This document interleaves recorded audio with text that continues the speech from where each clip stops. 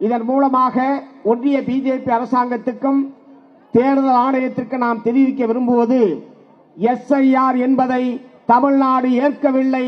SIR என்பதை தமிழ்நாடு ஏற்கவில்லை. எஸ்ஐஆரை ஒன்றிய பிஜேபி அரசாங்கமும் தேர்தல் ஆணையமும் திரும்ப பெற வேண்டும் என்பதைத்தான் இந்த பிரம்மாண்டமான எழுச்சியின் மூலமாக நாம் தெரிவித்திருக்கிறோம் என்பதை இந்த நேரத்திலே சுட்டிக்காட்ட விரும்புகிறேன். இந்த வாக்காளர் சிறப்பு தீவிர திருத்தம் வழக்கமாக ஒவ்வொரு முறை தேர்தல் வருகிற போதும் ஒவ்வொரு ஆண்டும் தேர்தல் வாக்காளர் பட்டியலை திருத்துவது, புதிய வாக்காளர்களை சேர்ப்பது, இறந்து போனவர்களை நீக்குவது என்பதெல்லாம் வழக்கமாக நடைபெறுகிற ஒரு வேலை. அந்த வழக்கமான வேலையை நாம் எதிர்க்கவில்லை.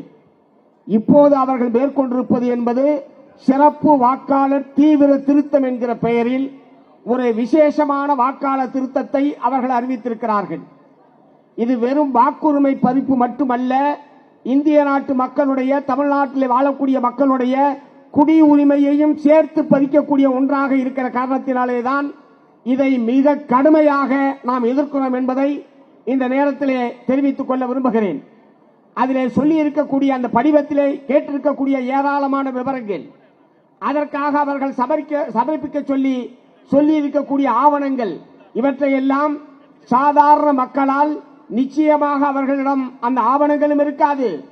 அந்த படிவத்தை நிரப்புவது என்பதும் அவ்வளவு சுலபமான காரியம் அல்ல. இரண்டாவது, நவம்பர் மாதம் 4ஆம் தேதியிலிருந்து கடந்த ஒரு வார காலமாக இந்த பணி என்பது தமிழகத்திலே துவங்கி நடைபெற்றுக் கொண்டிருக்கிறது. இந்த ஒரு வார காலத்தினுடைய அனுபவம் என்ன?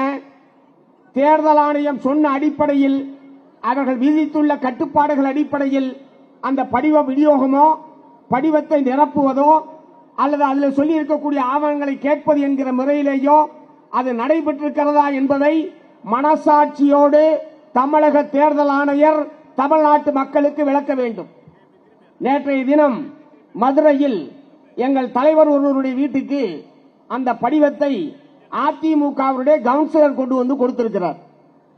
அதிமுக கவுன்சிலருக்கு இந்த படிவத்தை விநியோகிக்கிறதுக்கு என்ன அதிகாரம் இருக்கிறது? பிஎல்ஓ அவர்கள்தான் இந்த படிவத்தை ஒவ்வொரு வீடாக கொண்டு வந்து கொடுத்து சம்பந்தப்பட்ட வாக்காளரிடம், வாக்காளராக பதிவு செய்ய விரும்பக்கூடியவரிடம் கையெழுத்தை பெற்றுக்கொண்டு படிவத்தை கொடுப்பார்கள் என்றுதான் தமிழக தேர்தல் ஆணையர் அறிவித்தார்.